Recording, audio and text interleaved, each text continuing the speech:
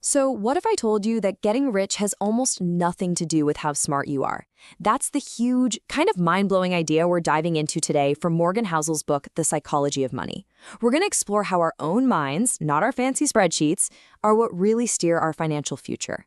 This quote right here, it just nails it. We spend so much time trying to learn the nuts and bolts of money, budgeting, investing, all that technical stuff. But Housel's point is that's actually the easy part. The real battle, the one that truly counts, is getting a handle on our own behavior. It's all about psychology. So, here's how we're going to break it all down. First, we're going to get into mindset and why your money habits are totally unique.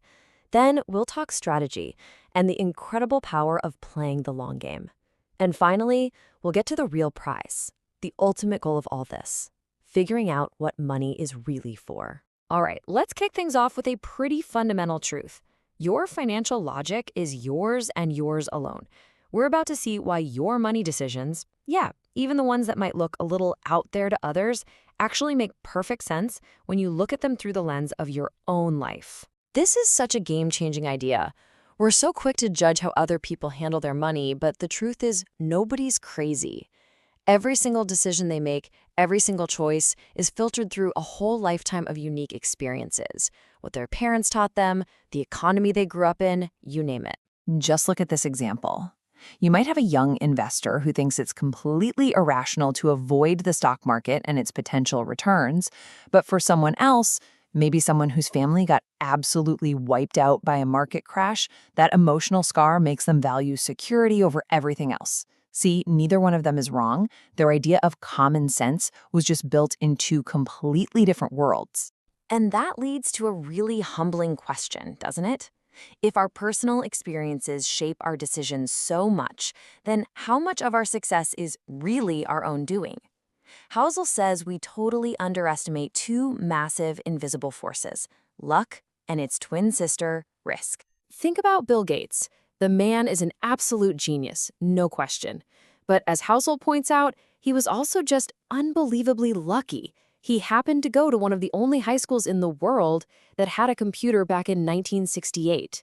For every success story like his, there's this invisible story of someone just as smart, just as talented, who didn't get that lucky break. Admitting that luck plays a part doesn't cheapen hard work, it just gives you a more honest picture of reality.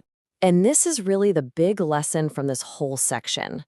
When you truly accept the roles that luck, risk, and your own personal history play, it changes how you see everything. You become way less judgmental of other people's struggles and a lot more humble about your own wins. It just gives you this powerful sense of financial empathy. Okay, so if mindset is the bedrock, what's the actual strategy? How do we take this understanding and use it to build real, lasting wealth? Well, the answer isn't some get-rich-quick scheme. It's all about learning to play the long game. We all look at Warren Buffett and think, what a brilliant investor. And he is. But this chart, this shows his real superpower, patience. His incredible fortune wasn't just built on making smart stock picks. It was built on decades of time. His wealth didn't just add up, it compounded over and over and over. I mean, let this sink in. A staggering 80% of his entire net worth was earned after his 60th birthday. It just goes to show good investing isn't really about squeezing out the highest possible returns every year. It's about getting pretty good returns that you can stick with for a really, really long time. That's when the compounding magic really starts to happen. Now, this idea completely flips the script on how we think about saving. Saving isn't about depriving yourself today, it's about buying yourself options for tomorrow. Every single dollar you save buys you a little bit of flexibility to change your career, the peace of mind to weather an emergency, or the freedom to jump on an unexpected opportunity. You're not just putting money away, you're buying control over your own life. And this brings us to a huge internal conflict, the rational plan versus the reasonable plan. Look, a mathematically perfect strategy is totally useless if it's so stressful and rigid that you bail on it the second things get a little hairy. Housel's point is that a pretty good plan that you can actually stick with is infinitely better than a perfect plan that you can't. The goal is to be able to sleep well at night. So we've got the right mindset, we've got a sustainable strategy, but that brings us to the biggest question of all. Why? What's the point of all this saving and investing? What is the actual prize we're all supposed to be working towards? Housel really points out a dangerous trap here, this idea of never enough. You know what I'm talking about. It's that social comparison hamster wheel where you hit one goal and immediately the goalpost moves.